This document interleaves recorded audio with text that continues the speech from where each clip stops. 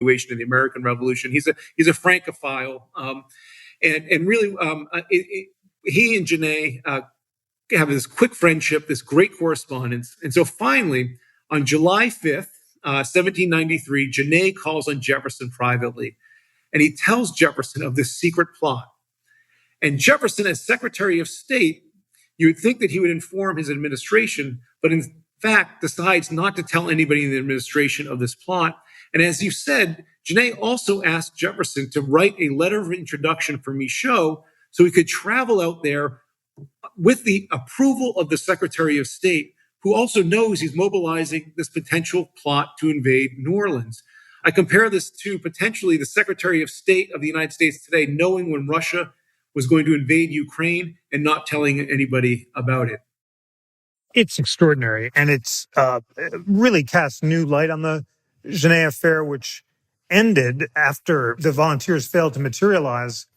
Genet is recalled to France, and Jefferson writes to Madison, "We've decided unanimously," he's speaking of the Washington cabinet, "to require the recall of Genet. Yeah. He'll sink the Republican interest if they do not abandon him." But what you reveal is that before that happened, Jefferson was actually a friend of Genet, encouraging him in every way.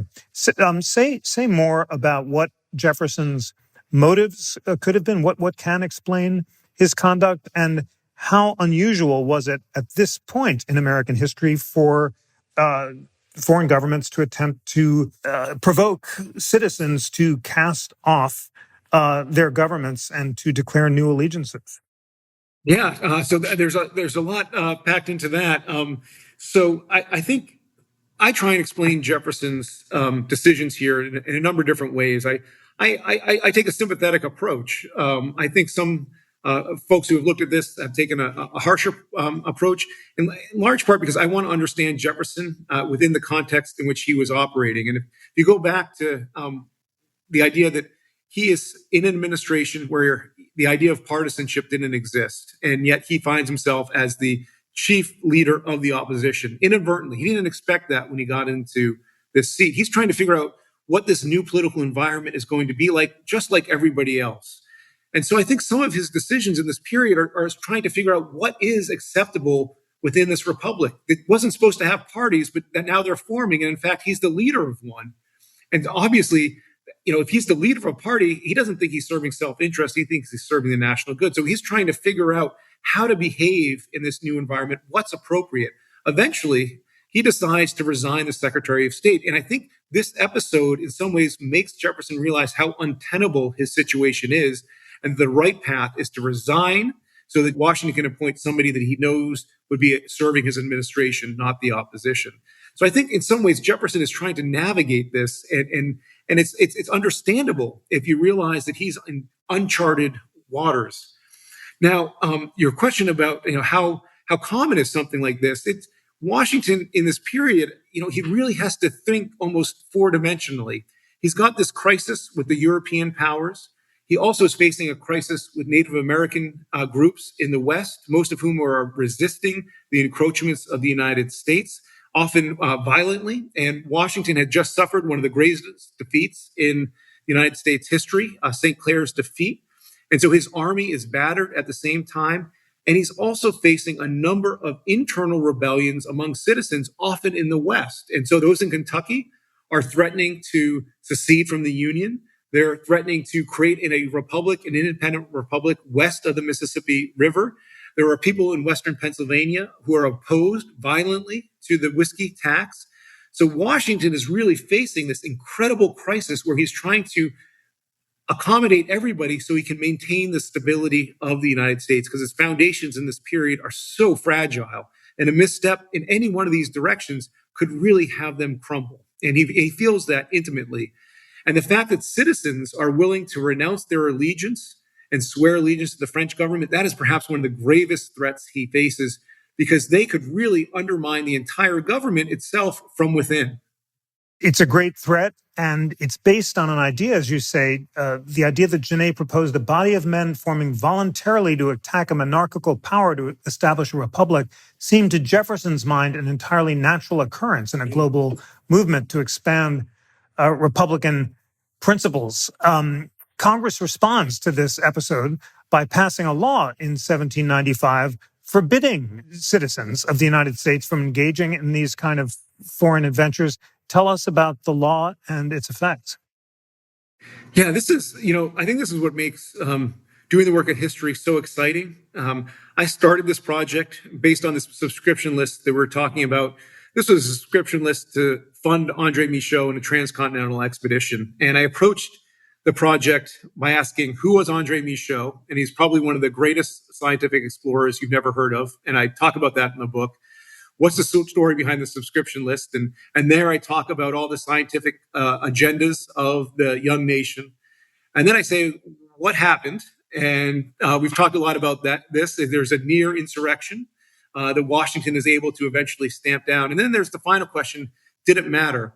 Now, when I started this question with the subscription list, I had no idea that it was going to lead to this insurrection, and even less of an idea that it was going to lead to what I found a fundamental question, which is, what is the meaning of citizenship in the United States? And that's what the episode in Kentucky raised. So all these Kentuckians had to justify their behavior.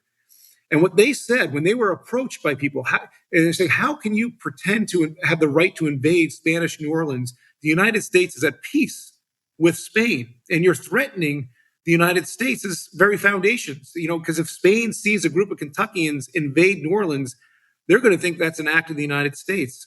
And what many of the people in Kentucky argued, and we see this in various accounts, that if they renounce their allegiance to the United States, if they leave the borders of the country, and they haven't renounced their allegiance, but they're just outside the borders of the United States, they no longer are bound by the policies or laws of the United States. And Washington realizes this creates a huge crisis, because if that means that a group of Americans could, is what they're proposing to do, go across the Mississippi River, 2,000 Kentuckians, and decide to launch an invasion on a nation with which the United States was at peace. And so Washington approaches Congress, and this is a divided Congress. This is a Congress in which the parties are beginning to cohere and form. But he asked them, he says, we need to clarify the meaning of citizenship. What are its limits? What are its bounds? What are citizens duty bound to adhere to? And what they clarify is that citizens don't have the right, it seems obvious today, to mobilize an invasion of a foreign country. However, in the 1790s, that wasn't clear. And so this is a very significant act that does help define what citizenship means in this new republic.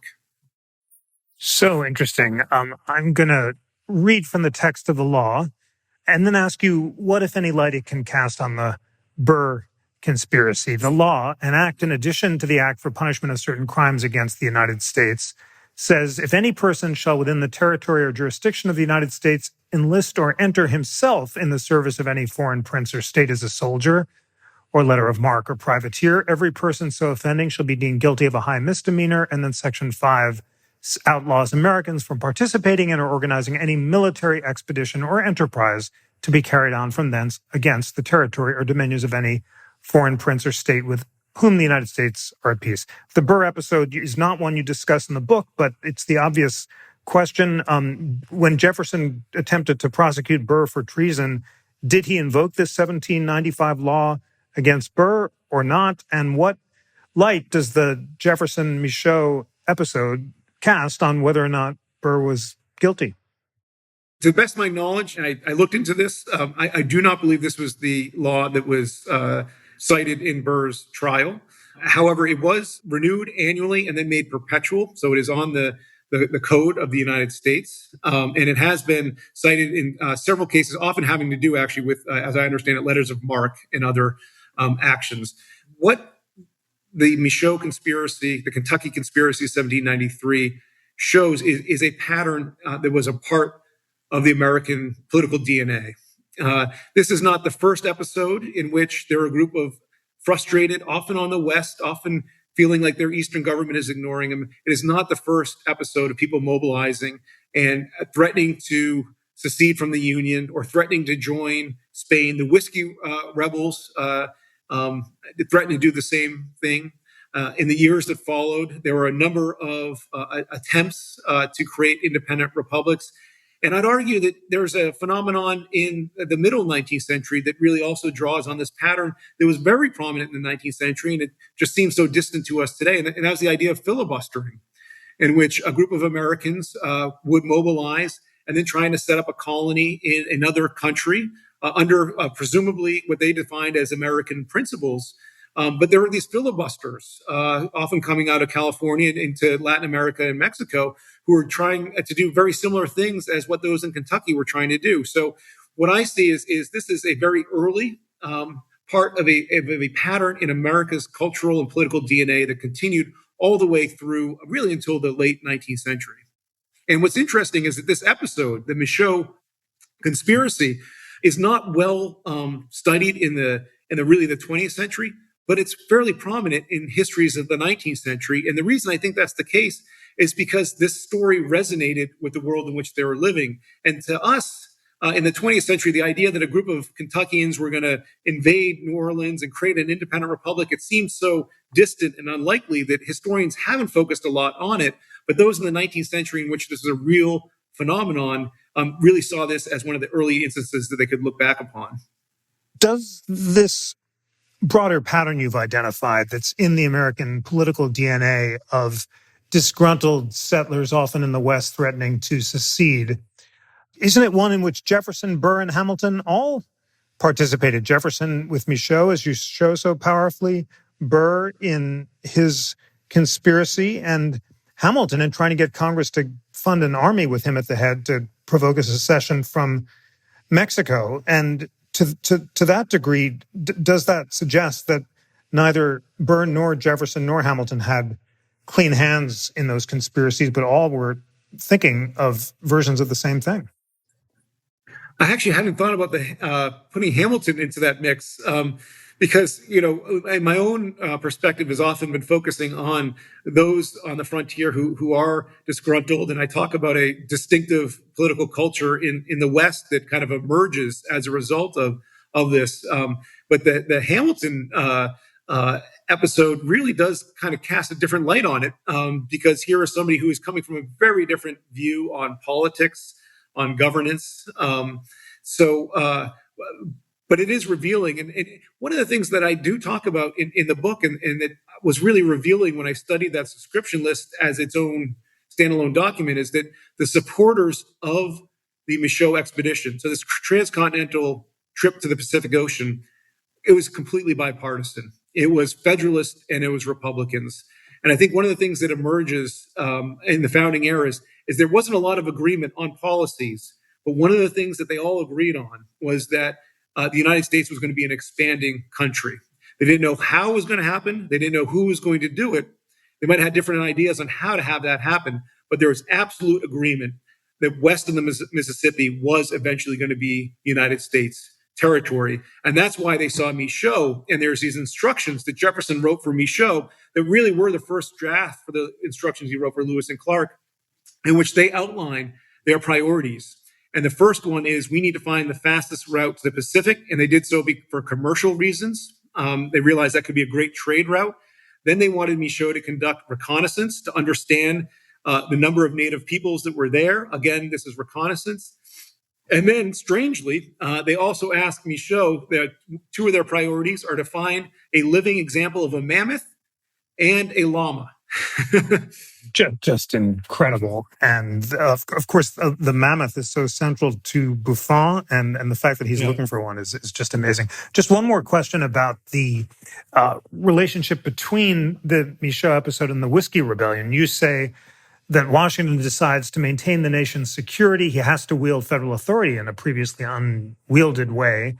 And therefore, when protests against the whiskey tax rebellion turned violent and deadly, he was quick to take decisive action. The Kentucky episode surely played a role in Washington's decision to act so forcefully against the whiskey rebels.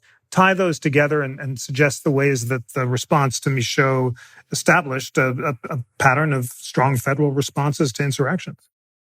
Yeah, so the way in which the Kentucky conspiracy kind of dissipates is because of the federal government's decision to assert itself. They have been trying to mobilize this invasion in secret. Eventually, over 2,000 men in Kentucky and along the Mississippi subscribe. They form their own army. They have their own uniforms. They build a small flotilla of boats with the idea that they're going to go down